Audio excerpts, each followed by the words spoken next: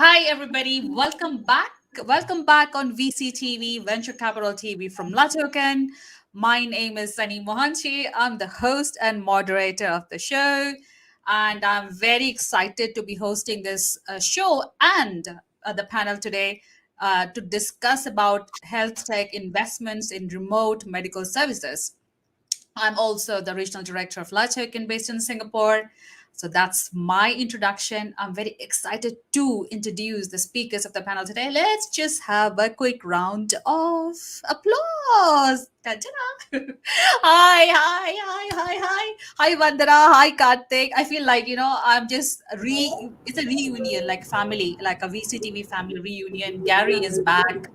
Karthik, Vandana, Dr. Shrikant. So yeah, so that's why you can feel that excitement in me.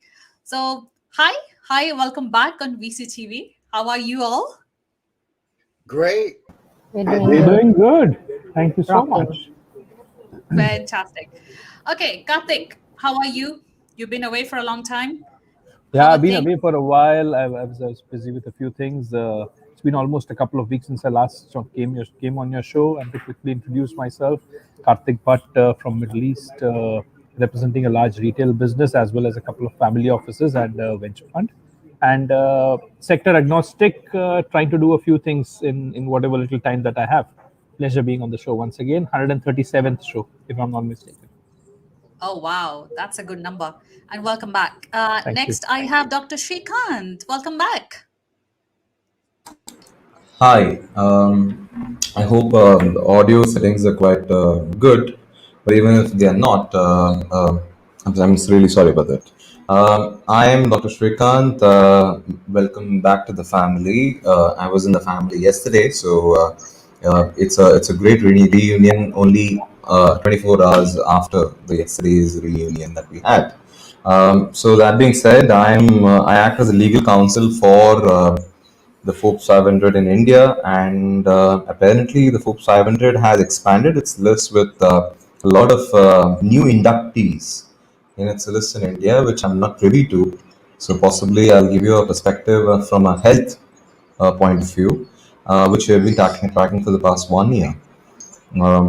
Pleasure to be here. Back to you, Sunny. Absolutely. Thank you so much. And finally, the voice is very clear. Thank you. Vandana, welcome back. How are you today? Thank you, Sunny. First of all, I would like to thank the entire team of Latokan and, especially all of you to create this show. It takes a lot of efforts to get all the speakers, from a global platform. And coming to introduce myself, I had my own family office in Singapore and Jakarta. I worked as an investment banker and advisor to family offices and angel investors in Jakarta, Indonesia, helping startups from diverse background, from fintech, B2B tech, all the way to consumer startups. I was raising funds for them and providing them with a range of services, just as Convanto does today. After 15 years of staying in Singapore and Jakarta, I came back to India. I did investments for a bit and returned to advisory. That is when Convanto was founded. Today, Convanto is one of the most well known boutique investment banks in India, led by a female founder. And I'm also a venture advisor with Loyal VC, the INSEAD-led Canadian VC Fund, having a core portfolio of over 160 investments in more than 35 countries. And I'm also a partner with GST Venture Studios, a Silicon Valley-based venture builder.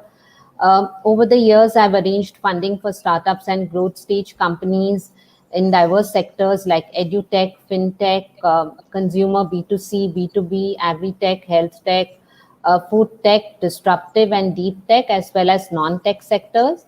I would recommend all of you to have a look at my website and do have a look at the wonderful testimonials written by my clients.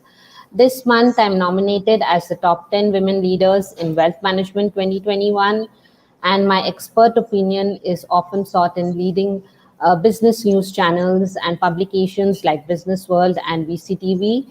All these talks which I've given are about 155 talks all over the world, and they can be seen on YouTube or VCTV streaming sites. And I'm connected with 300 plus investors globally. We are sector agnostic. and we typically do $1 million to $25 million. And once again, thank you for having me here. Wow, wow, wow, wow. Vandana, I don't have any words. Congratulations. Well Thank done. you. Wow. Thank you. Okay, moving on. Vandana, Last but congratulations. You've been doing some amazing work, and I've been following your work. I must say, I'm very proud of your efforts, my friend. Thank you. Thank you. awesome, awesome. Great job, Vandana. Last but not least, Gary. Hi, so my name is Gary Fowler. Great to see my friends here today. I'm a serial entrepreneur and investor. I've been involved in 17 startups, 2 unicorns, original management team at Click Software, sold to Salesforce for 1.35 billion, also Eva.ai. Have recently had some companies sell.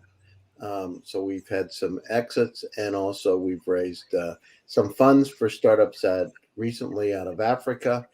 Love artificial intelligence and quantum computing because AI is a new electricity and quantum's a turbocharger. I write a lot. My last article in Forbes this week is on tokenization and the next level of social media.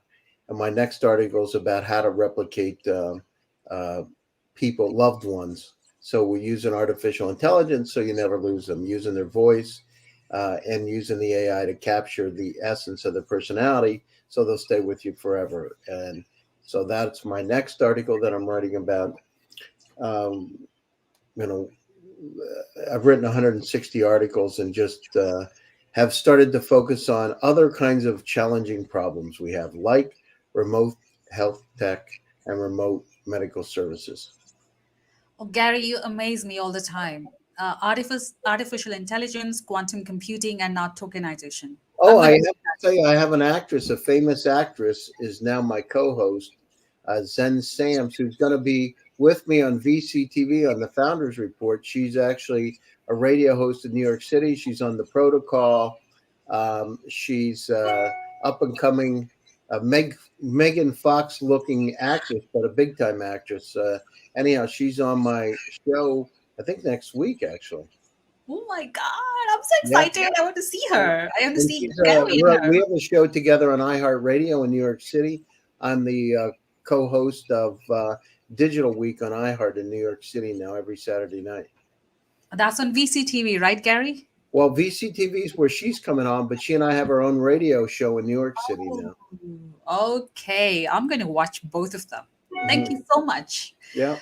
Fantastic. We are done with the introductions, a background of the speakers, so we understand where they come from. And like Gary said, he works in, obviously, he has startups in health tech space as well. And Karthik, we know, represents family offices, investor in health tech. And obviously, Vandana has portfolio companies who are in the space. And Dr. Shrikant also contributes a lot in the space. Uh, it's about investments in remote medical services that we're going to discuss. I'm going to start with Karthik. Karthik, so how big is this remote healthcare market, and how this market has grown since the lockdown in 2020? So it's grown significantly. Last 18 months has seen a quantum change in the way the healthcare business has been.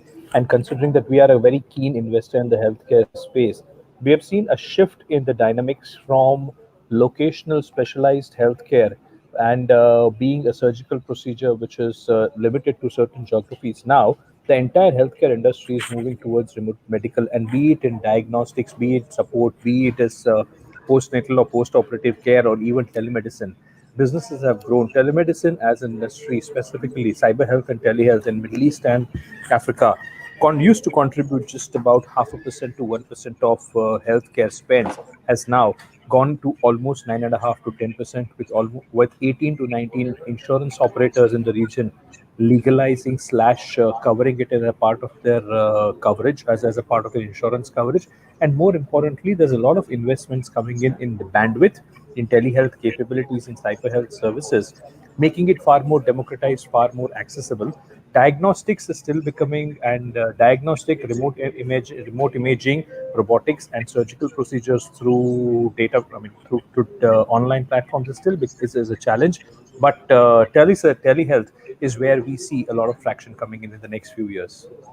Great telehealth. Yeah. Thank you so much, Kartik. Dr. Shrikant. Okay, sorry. Dr. Shrikant. So, same question. How big is the remote healthcare market and I mean growth? You can talk about India perspective. No, I could talk about the global perspective as well. I mean, Sure. I talk about it in the India perspective because I've seen a bit of India, so that's the reason why I give India perspective. But health is something that we have been following even before the COVID hit us, right? Health has been a sector, or med tech has been a sector that has been interesting. And if you see the investments that have happened in India, I mean, globally.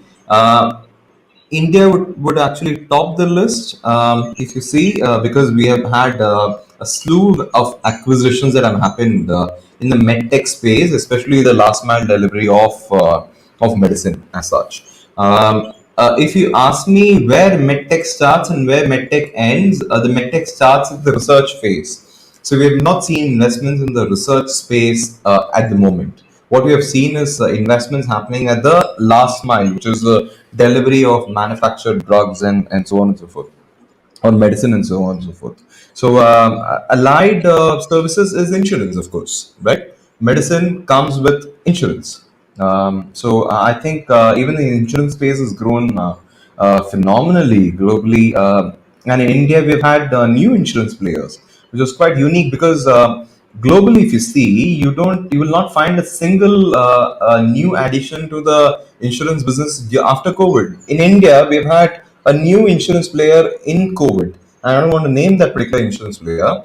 So the point I'm trying to make over here is India is a burgeoning market, and we have got. Yesterday, I made this particular point. It's a 1.3 billion people market, and it's becoming like China, where we have got a bulk of it sitting in middle class, and they can afford certain med tech, and they want accessible med tech. So in that particular regard, I think startups which can solve the solution. I mean, which can solve the problem of me having, let's assume, a need for a sugar control tablet, and I need it in the next 2 hours, I don't have to go to the nearest pharmacy. I don't have to step out. So, it should be delivered to me. So that is something that interests, I think, at the moment. And of course, the video conferencing or the video checkups that have happened. I mean, I've visited a doctor, what, 2 years back. Um, so, so the doctor visited me twice. So I'm going to make a paradoxical statement. I did not visit the doctor for the past 2 years. The doctor has been visiting me for the past 2 years, and that too, she or he has been visiting me over the phone. So I just show, the lesion or the scratch marks and so on and so forth, and whatever my son has, and it gets resolved.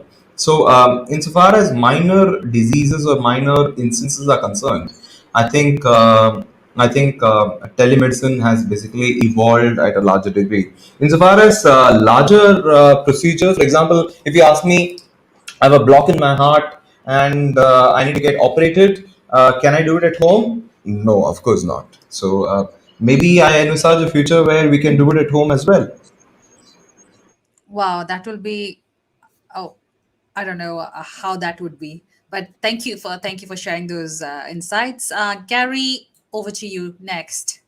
Yes. So, I mean, if we look at the market from a global perspective, right, it's this year or in 2020, it was about 6.1 billion, expected to grow from 2021 to 2028 at 17%. So it's a huge market opportunity. And at the same time, think about this, Sonny, the virtual health platforms, that are out there today. And again, with the increases we have here in Florida of the Delta virus, so hospitals are packed solid again. They witnessed 1,000% increase in visits due to the pandemic.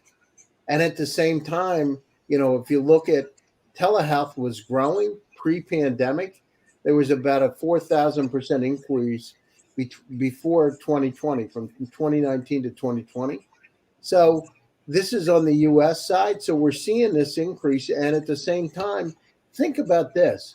We've got, we have a company that is dealing with elderly, and to be able to look at the elderly population and to be able to understand how to remotely monitor them. The company's called Zemply. Think about the aging population and the cost cost in the U.S. to go into a nursing home. I know with my father, it's $14,000 at the time a month to put my dad in a nursing home out of pocket every month. So having these remote services for elderly to be able to monitor them using artificial intelligence to understand what kind of movements, not with the video, but movements. These are some of the technologies. It's not just about the pandemic. In many parts of the West, we've got these elderly populations. For instance, I was in California, my father was in Pennsylvania, and we had to set up his house. I set it up completely, about $90,000, and setting up his house so we could monitor it. We could understand what was happening to it. Why? Because of quality of care. If you're living at home, you live longer, right? It's called the end well. So I see this as really another trend. It's not just about the pandemic, but the pandemic has really digitized and digitally transformed us to allow us to be able to do it more. Because pre-pandemic, oh, I don't think we should do it. How can you get the quality of care? The doctor has to touch you. But now it's changing. So we're going to start to see devices, Internet of Things devices, that start to tie in, that start to use artificial intelligence, that start to become these intelligent assistant that'll go back to the doctor and have the doctor be able to monitor us better real time. Great. Thank you so much, Gary, for those insights. Moving on, I have Vandana next. Yeah, so telemedicine or telehealth has been around for several years, but the pandemic has propelled telemedicine services into being the leading vehicle for remote healthcare. And the healthcare industry accounts for less than 1% of the overall healthcare industry in India, implying a huge market opportunity for health tech. In the past 2 years, there has been a significant growth in this segment, and it's been a good signal of the thesis we all have, which is that we live at an extraordinary time in terms of innovations in biopharma and innovations in the application of technology to healthcare. And it is also one of the very, very competitive markets at this moment. And currently, what we are seeing in this market is so many businesses doing well, like Practo, which is a telemedicine portal, e-pharmacies like 1mg, Farm Easy. Then there are fitness apps and wellness startups like CureFit, and many other remote medical services like healthcare IT, and which has a lot of analytics, home healthcare, personal health management, which are being used by people nowadays. And from an investment basis, if we can improve the that reliability, we should be looking for these opportunities and investing in them. It will make better medicines, it will drive better clinical trials, and it is good for the healthcare systems.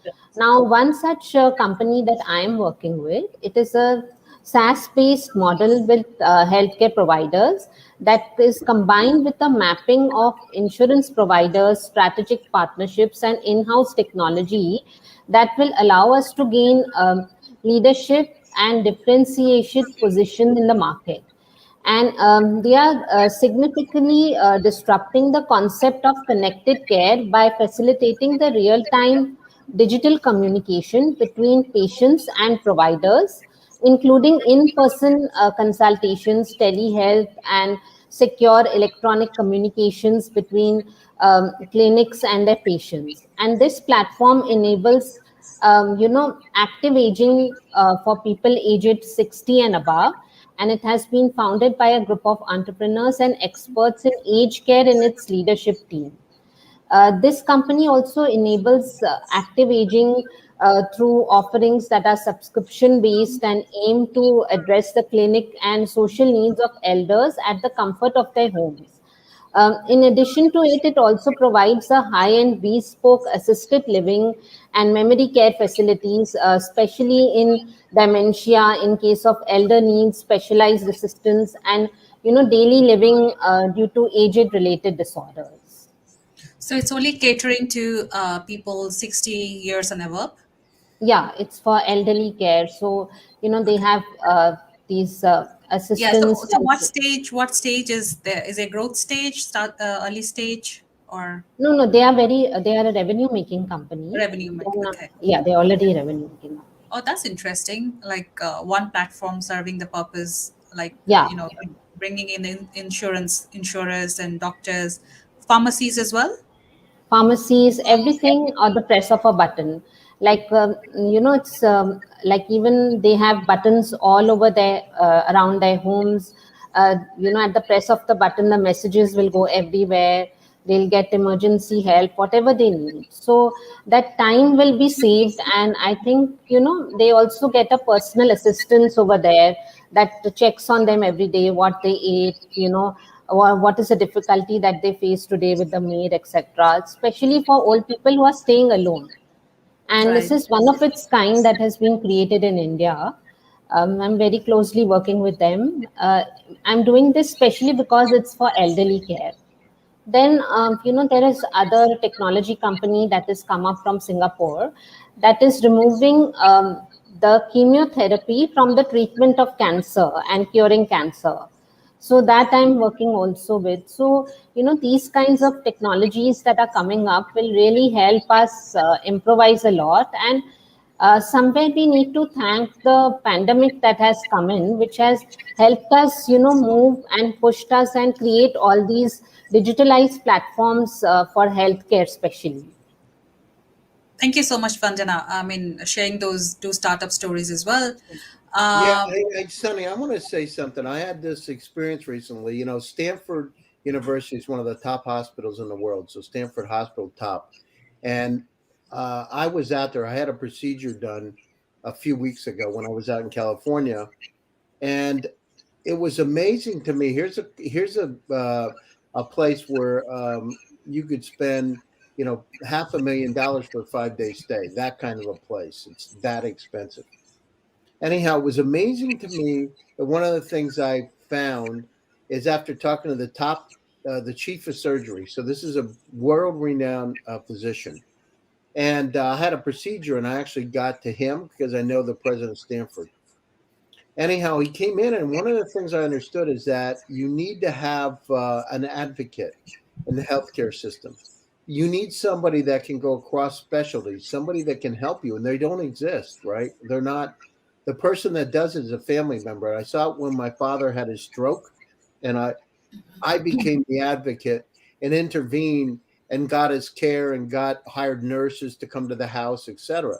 But we need to have, when I talk about these intelligent assistants to help in this whole remote medical services environment, you need to have somebody that cares about you and gives you the data.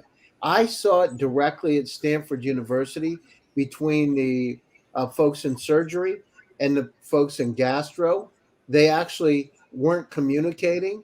And if I wouldn't have stepped in, I had to wait 3 days, going on my fourth day, to get a procedure done at a place that can cost, $30,000 to $100,000 a day. I mean, it's really expensive there at that place. So we've got to really relook at this entire healthcare system, and a remote medical service is one part, but we have to at the same time collaborate again, because we got to tie the specialties together.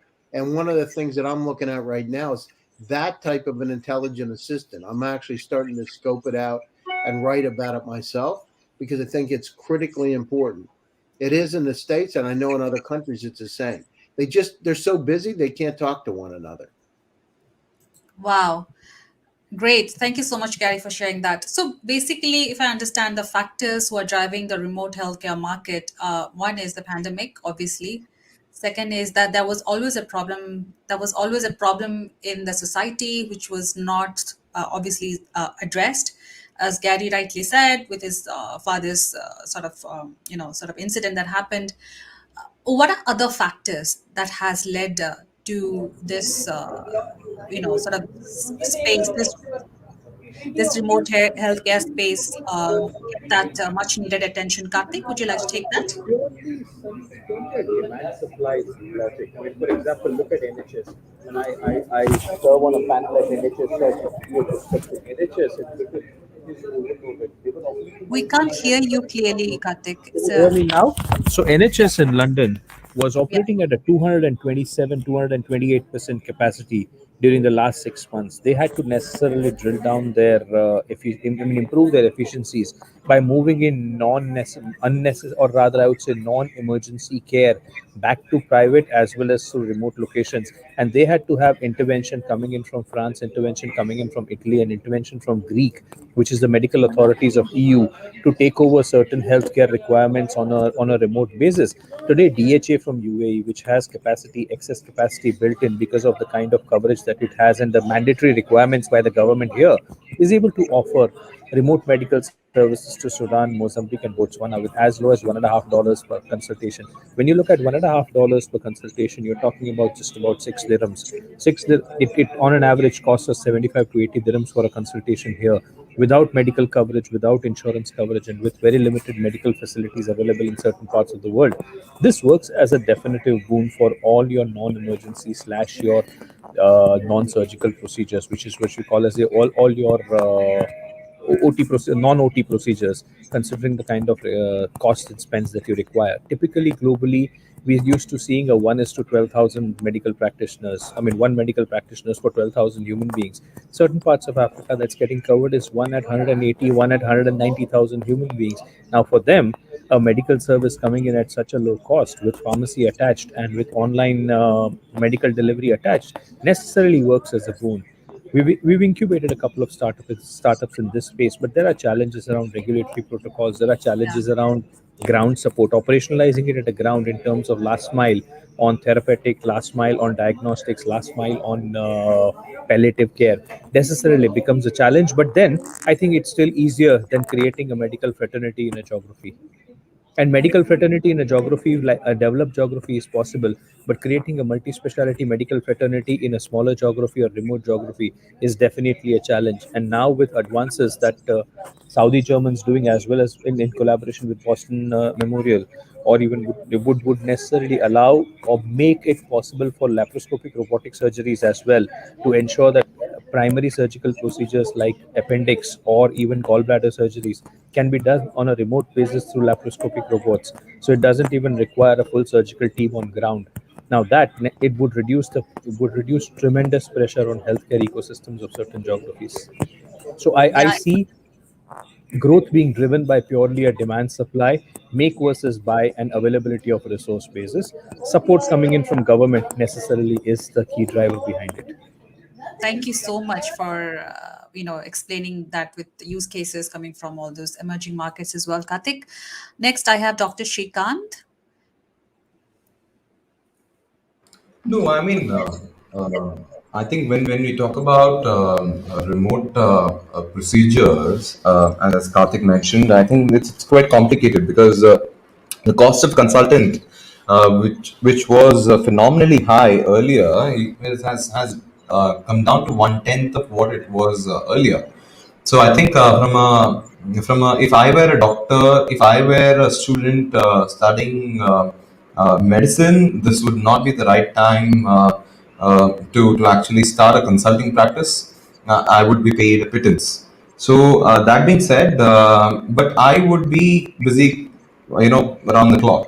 So this is what I have. I have invested personally, Sunny, in a particular startup, which basically offers round the clock services, emergency care and so on and so forth. So they will accompany you to a facility if needed be.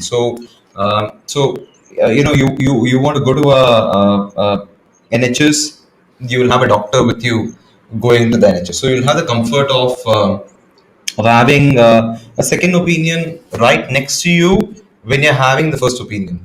So it's a paradoxical, again, making a paradoxical statement. It's a second opinion which is being obtained even before the first opinion is being obtained, right? So insofar as that is concerned, I think that's an investment that I've made personally, which is about $1 million or so. So so what I'm trying to say over here is that is more accessible, like Karthik very rightly messaged in the chat, and he pointed out orally as well, that I think accessible health is what we are looking at the moment. We should be looking at Stanford consulting in India at really accessible cost. So a middle class or a poor man or a woman from India should, or a child from India should be having the second opinion from Stanford and from whatnot. So from that particular perspective, I think the area, the domain is wide open. What had prevented doctors from doing this earlier was basically the physical touch that they wanted to see and touch a particular patient and sense out what the patient basically is thinking about. I think from a consultation perspective, I think there is a lot of transformation that has happened, which Vandana very rightly pointed out. I think from a procedural perspective, what has happened is, I think bringing home, imagine a situation, hypothetical but not improbable situation. Imagine having a surgery room in my whatever 300 square feet or 400 square feet that I have over here, a moving surgical unit, and I can get the procedure done then and there. Yeah. I could be and I don't have to go outside my home at all. So that is what I think the future is. Great. Okay. Thank you so much for sharing. I mean, again, the demand is there, as rightly mentioned by Karthik and all of you. And the stats from NHS. I was obviously, when I was living in UK, I used to visit NHS. I haven't been to NHS. It's been like over 10. I don't know how many years. I don't remember. But it's good to know that they revamped the entire healthcare, sort of facilities. So, okay, let's talk about future. So, what do you think are the biggest trends to look out for in the digital healthcare industry this time next year? Given that hypothetically, we're likely, I think, not hypothetically, I'm very sort of optimistic as well. Likely towards the end of this year or beginning of next year, because obviously I think London is opening up for events. Dubai is all open. India is opening up as well. There are always going to be new waves of this virus, but we have to move on. So more workers return to office, everyone resuming activities that they did before the pandemic. So what do you think? Do you think this remote healthcare, like the telemedicine, is it still going to be something which is very appealing to the investors, to invest the startups in the space? Do you think still going to be there, that popular right now, that it is right now? Who is going to take this? Gary, you're talking? I mean, the situation, Sonny, this virus, right, that we say is down, I can tell you here with Delta and what Lambda here in the States is really ticked up, and we're going back to the way it was before. A lot of the challenges that we had a year ago have started to come back. So, and the hospitals are packed full again. In Central Florida, they're packed. So I think that, part of the if we look at what's going to happen in the future, a year from now, we're going to see that a lot of what we've learned, the lessons learned through COVID, are great lessons through this digital transformation to be able to democratize, as Srikant said, to democratize the opportunity around the world. And it's not just around the world. I mean, we have the same challenges in the U.S. So if you're in Arkansas, getting somebody from Stanford to talk to you is an entirely different situation, or Florida or Rhode Island. So it's really democratizing. But I see the trends as collaboration, which is what I mentioned earlier. They need to collaborate a lot more. There needs to be a lot more artificial intelligence added to the system to help. Surgeries that Karthik had talked about, things like remote surgical procedures like laparoscopic, they're going to start to be more of a trend. You're going to start to see these systems do these surgeries on their own, right? You're going to be laid down, and then these systems are going to start to operate. So what is that? That opens a whole lot of opportunities for us and a whole lot of questions too. So I see that trend continuing, collaboration. I see the, we're not out of the woods yet. And by the way, this is only one of many viruses that are out there that could impact the world. This is not the worst one either, by the way. So what we have to do is we have to understand that as we democratize and more equalize the opportunity, it's going to really push for all kinds of demand. Why aren't there, there are great doctors in India at a lower cost? Why not have those doctors who are the same doctors that are in the hospitals here be able to use their services, right, to keep the costs down? We're going to start to see those kind of things happen more and more and more as this world through the digital transformation shrinks. Thank you so much, Gary. So, Vandana, what about your insights? Like, what's a future looks like this time next year? Still telemedicine going to be very popular as per you? So, I'll repeat what I had said in my few talks as well. When demonetization had hit us in India, people didn't know how to use digital payments. The vegetable vendor, the milkman, all these people who needed to be educated to use these platforms. Now, because they were forced to use, even the taxi drivers, everybody, apologies, everybody is using this digital payments because eventually they understood the importance of it. Now, when the pandemic hit us, these virtual platforms, Zoom, AirMeet, StreamYard, MS Teams, everybody got forced to get on these platforms. As a result of which, many people learned this new technology. Now, when it comes to telemedicine, people are not used to it. They've not experienced it. And over the years, when they get used to it, eventually they like it more than anything else. So it's just a matter of being proactive and progressive, like I always say. And also due to the pandemic, people don't really rush to the doctor now. They look up things, like, initially I had friends who had simple headache, they were rushing to the doctor. Simple things, they were rushing to the doctor. Now they think a few times before they go to the doctor because they can easily Google the information, or and just figure it out. Maybe it's just today has been an anxious day, why the body is not responding well, or the mind has not been fit today, hence the body is reacting to it. So I think these things, slowly, when the education is imparted to everybody that, look, telemedicine is going to be the thing. The virus has not gone, even though the vaccinations are there. Everything is there, but it's still going to be there. There's going to be a third wave, there's going to be a fourth wave. Everything is unpredictable. So then what? So I think it's better to adapt to new technologies and get used to the telemedicine thing. Of course, heavy things like surgeries and other things still need to be taken care of, but small flus and stomach aches, etc., can be taken care of over telemedicine. I think that's what I feel.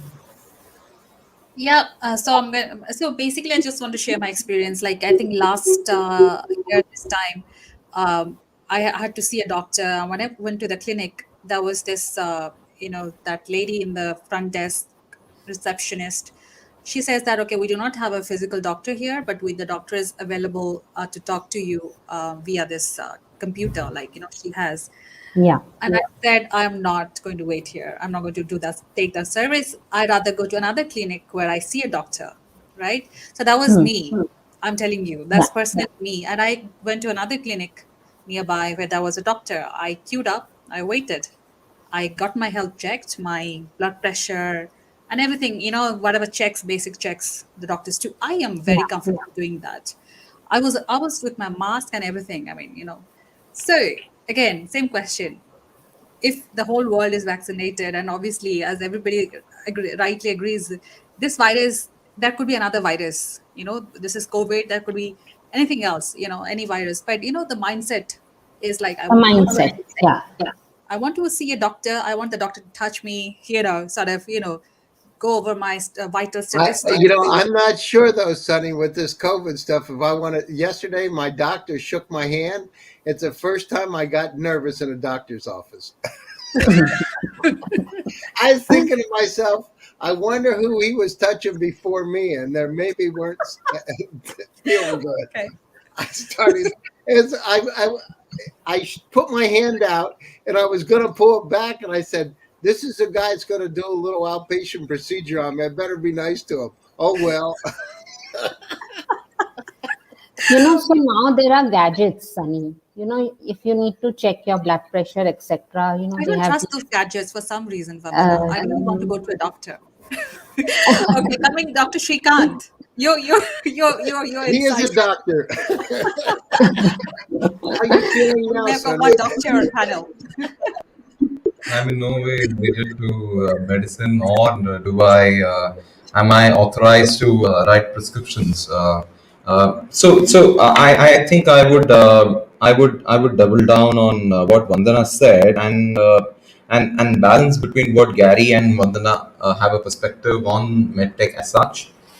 I'm very bullish because there are so many procedures that can be done. I mean, how are hospitals built? Hospitals are built in large campuses, and we have the doctors coming in, and they have their own hospitals. And education is just two things that have completely shifted after the pandemic, because you don't go to a university anymore.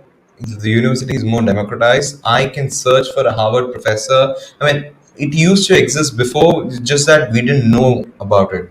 There used to be something called OpenCourseWare, OCW, by MIT, where YouTube lectures were there of MIT professors on various topics, and we just did not know it.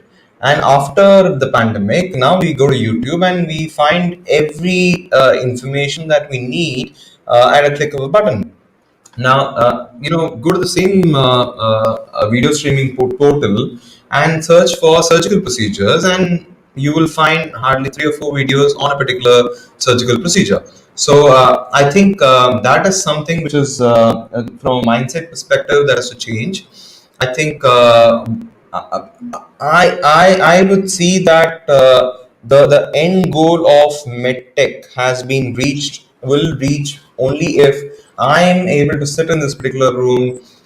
God forbid, I have a heart attack, and I need to be operated in the next 2 hours. My wife calls the doctor, and I get operated over here.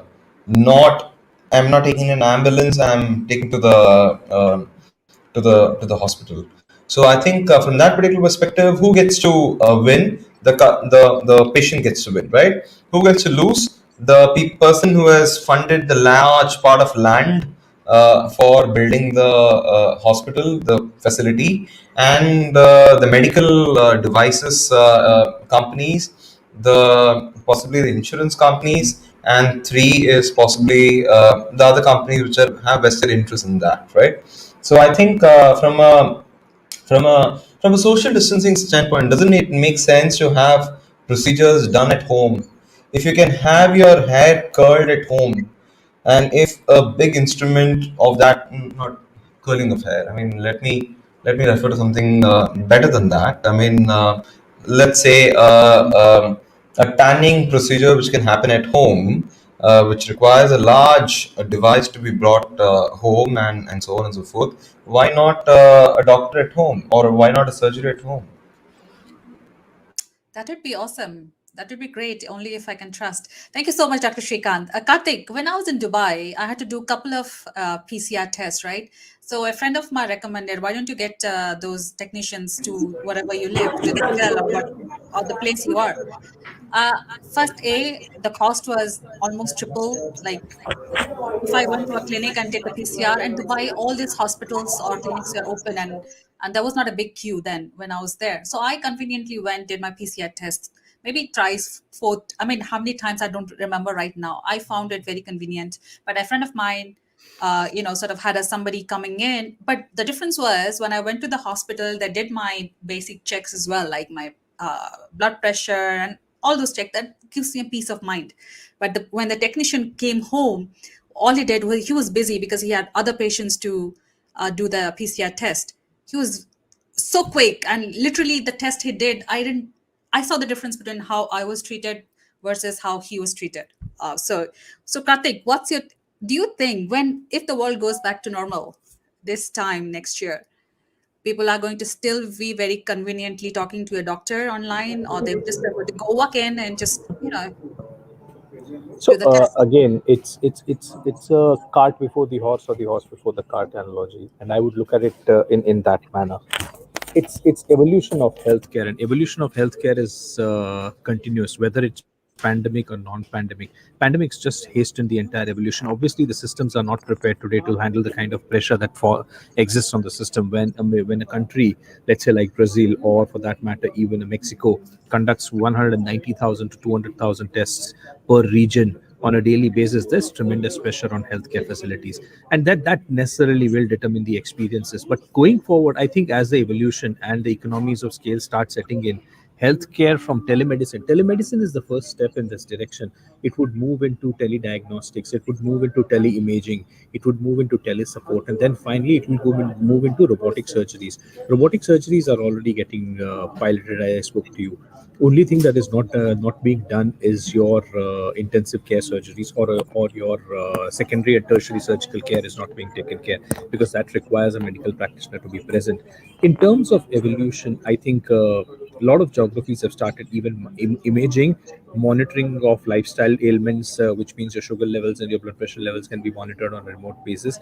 Your imaging and radiation procedures are also being done on tele basis. So I think that's the way that the industry is going to move, because at some point the healthcare is becoming as expensive or prohibitively expensive because of the demand supply gap. So to fill this demand supply gap, innovation or through digital routes would necessarily make it cheaper, and it would make it accessible to different parts of the world. So we as a business are all about bottom of the pyramid. We do not believe at the top of the pyramid. We don't live on the top of the pyramid. We believe in bottom of the pyramid. So we are a $1.5 to $2 businesses. We have a very strong and a bullish view on a category like this, and we're very convinced that this is the way to go. Thank you. Thank you so much. Thank you, Vandana. I think Dr. Shrikant, Gary, Karthik, everybody just, sort of summarized it very nicely. This is the future. So talking about investments, where are you looking to invest in the next coming years? If it's a health tech startup, where exactly, Karthik? Telemedicine, and one that I wouldn't say we are doing it, but what we have done is an extension of that, is getting x-rays and certain primary care imaging technique being built in certain geographies to monitor certain. For example, I don't need a radiologist in certain geographies, so we're working on that. We are working on diagnostics, and we are working on primary support for lifestyle ailments on an online basis. If that works, we would be active in that space. But at the moment, we are not. We've got only one telemedicine startup that has worked well for us. Yeah, thank you so much. I think telemedicine startups boomed, sort of. Low cost, high resource, human and skill based startups. Technology is democratized in this case, so you don't need to create something new. Yeah. You can use a technology, and it's about how strong your aggregator network is. And if you try and layer it, the challenge is, I see a lot of startups that try and do everything in this space. You bring a doctor, you bring a patient, then you bring a pharmacy, then you try and bring a insurance on top of it, then you bring a surgical procedure on top of it. The industry has not reached a level of maturity. No. First, start by bringing in a doctor and a patient together.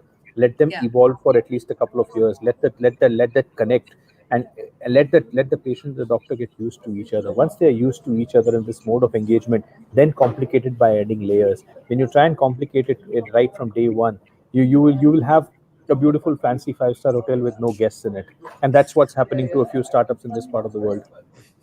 I totally agree. I totally I agree. love Yeah. that. A 5-star hotel with no guests.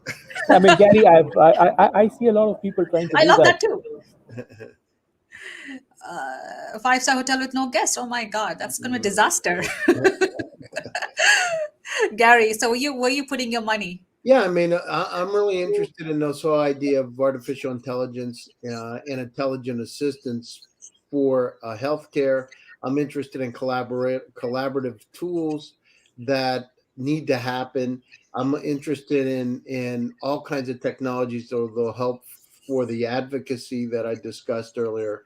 I'm interested in this new area. We've got a lot of data. Part of the challenge that doctors have today is that they're inundated with data. They're in this state of infobesity. And so tools that'll come out that help them to be able to make better decisions and also help make those decisions for them. So they're more based on the data rather than opinion. Right. So I'm interested in those areas. So Gary, very clearly, technology, right? Well, technology is really important because we're inundated with data, and it's about the data. The doctors don't understand what's going on around them because there's so much data, and they have so many patients. I mean, Right. how can you imagine going in, if you're in a doctor in a hospital, going to a room and you get a clipboard and it said, and there's 3 pages, and you're trying to read what's going on, but you're not intimately familiar with this patient. Imagine having an intelligent assistant that can go around with you. You come into the patient's office, scan a QR code, and it starts to brief you and starts to talk about, what some of the complications could be and helps you make that decision better. Thank you. Thank you, Gary. Dr. Shrikant, coming over to you. So let's take a calculation over here, right? A senior doctor typically earns about $30,000 a month. Let's assume that he or she works for 30 days a month. So that basically boils down to $1,000 per day, right? And in a day, let's assume that she works for 10 hours. That basically means that she is earning $100 an hour, right? Telemedicine, on the other hand, is going to cost you $1 an hour. To get that particular doctor. So we are talking about 1/100th of the cost, right? I would put my money in something which would give me more value for the dollar, exact dollar. It is a real dollar, right? For $1 that I'm putting to a doctor, I would have to get surgical procedure. I would get the entire comfort of sitting at home, surgical procedure done, everything being done. If I'm paying a premium, even if I pay a premium, not $1 per consultation, even if I'm paying say $20, which is 1/5 of what I would pay to a physical infrastructure. If I'm paying $20, I should be they should be able to come with the surgical equipment and so on and so forth. So I'll put my money on something which has got the propensity to do that, and I would wait for a heart attack to happen so that somebody could operate on me at these 4 walls that I have. Yeah, this one, I just remember something. Back in the days, we had 2 options: home birth or going to hospital for a delivery. Even though the option once many women would opt for that, I never sort of believed in that. Similarly, I would go to a hospital for anything. That's just me. Vandana, over to you. So, in terms of investments, I would look at stem cells deals. Those pills that help diagnose the problem faster, e-pharmacies, telemedicines, AI, anything that helps to solve a larger problem. Like, many patients suffer when they do chemotherapy. And there is a technology that could help them suffer less and cure faster, and lifestyle diseases like diabetes, tuberculosis, there are a lot of problems that could be solved. And I really like this company that is doing a lot for elderly care. They need a lot of care, and at some point we'll also need this kind of a thing eventually when we get old as well. And of course that mental satisfaction is there when we go to hospitals and to doctors, because we have still not reached that heavy technological stage where we can really rely on technology for everything.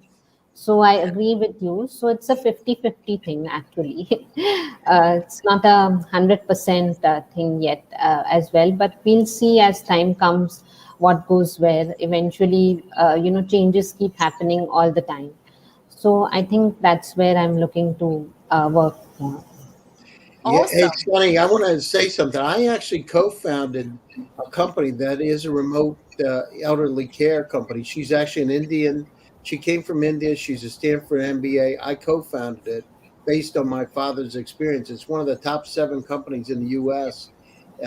In terms of that environment for remote patient monitoring for elderly. So, I mean, it happened based on my own experience. It's her experience with her dad in India. So we put a company together that exists. So I mean, it's I did it because of necessity, but I think more and more, this is just one little tiny crumb of what needs to happen.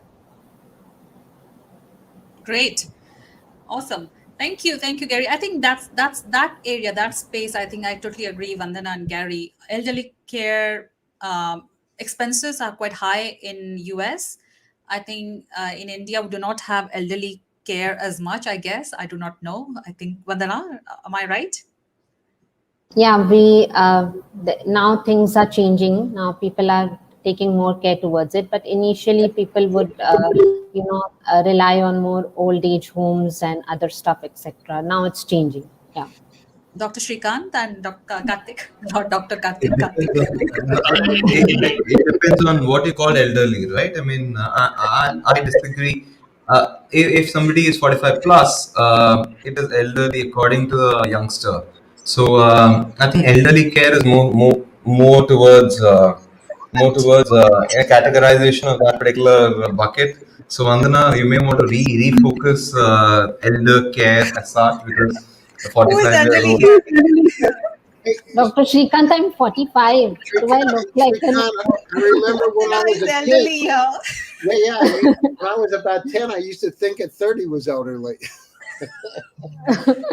Dr. The older Shrikant, you I'm get, 45. I mean, do I look like an old person here? You are elderly for Dr. Shrikant. I would rather dignify the ladies on the panel and call them 16 still. Yeah. Thank you so much, So Karthik. You raised hand.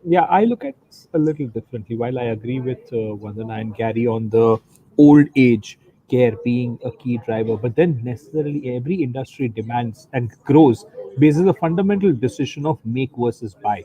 What is easy to replicate? Elderly care still can be easy to replicate, considering the cost of care is not going to be difficult. But when you look at advanced surgical procedures, advanced treatments, and diagnosis for ailments going all the way from Crohn's disease to liver immunosuppressant reactions to breast cancer to any of your malignant tumors, where cost of even diagnostics is extremely expensive, Yeah. is the way where telemedicine and cyber healthcare will go, because replicating that in your country is going to be extremely expensive. You'd rather use somebody's idle capacity. It's capacity utilization equation. Somebody's got idle inventory, you use that inventory at a lower cost and improve your efficiency, while the cost of doing the same in your country, if it's cheaper, you might as well do it. So I would say that the faster growth would come in from expensive treatments which people cannot afford at the moment. Awesome, great. Karthik, are you open to advising startups? As yeah, I mean, So what depends can on they the find you? time. Very quickly. They can Where can find they me on find you? LinkedIn. They can find me on LinkedIn. They can find me on wherever they want to. They can find me through you. Oh, yes. So Karthik is open for advising startups in the space. They can find Karthik but on VCTV. Thank you. Gary, yeah, My yeah. some name sometimes gets spelled very wrongly and understood very wrongly. It's but BHATT. what did I say? Did I say something else? Let it pass. Let it pass. So Gary, be careful. Well, yeah. So yeah, this is a great time. This is the digital transformations upon us.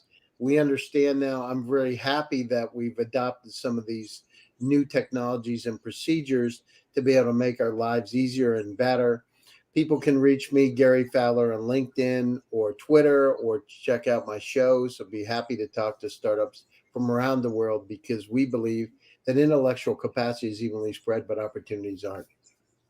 Thank you, Gary. Fantastic. Dr. Shrikant, are you open for advising startups? And if yes, where can they find you? Absolutely. I'm open to advise startups, irrespective of whether they agree with me on the age of 45 being elderly or not. They can find me through you. And of course, LinkedIn is a great platform to connect as well. and I'm always interested in medicine. So medicine always interests me. And if you take a screenshot of what I have as books behind me, you will find Drugs and Cosmetics Act, one of the biggest books which is lying over there. So medicine always interests me. So feel free to reach out through LA Token, and VCTV, and through Sunny. Awesome. Thank you. I'm always there. Okay, Vandana, we know how to reach you. Would you like to add something before we wrap up? So, yeah, so most of the health problems that we get are because of our mind. I would recommend all of you to read the book Power of the Subconscious Mind. A healthy mind gives an healthy body automatically. And do your exercises well in the morning, eat good, healthy food, sleep well. Keep a healthy mind that will keep you healthy all throughout. At 60, 70, also, you look young if you do these small things. And I think going in for natural medicine will also help a lot. Ayurveda has helped a lot of people in India, and I think we should recommend natural medicines also over here. And I could be reached out on LinkedIn and my website www.convanto.com. Um, and feel free for all the health tech companies to reach out to me. I'm happy to assist you. Sorry, Vandana, I was not actually. Karthik just wrote clarifying his surname, how is spelled sometimes. So, but. No worries, no worries. So, Karthik, don't worry, it's but. Yeah. So, quick disclaimer, considering I have certain interest in healthcare, medicine is a choice and subject matter of one's own discretion, and any medical practice that people do, they should follow their medical practitioner's advice and not self-medicate. I'm necessarily supposed to have a disclaimer at end of all my involvements, please. Totally agree. I don't Google. Sorry, that's just me. I don't Google. Thank you so much, Dr. Shrikant, Gary, Vandana, Karthik, for making this panel of mine very, very informative, fun, engaging, smiling. As Gary always says, keep smiling. Thank you so much. I'll be back again. I'm back tomorrow. No, I'm back next week on another episode of VCTV. Till then, all of you keep smiling. Bye. Bye bye. Bye.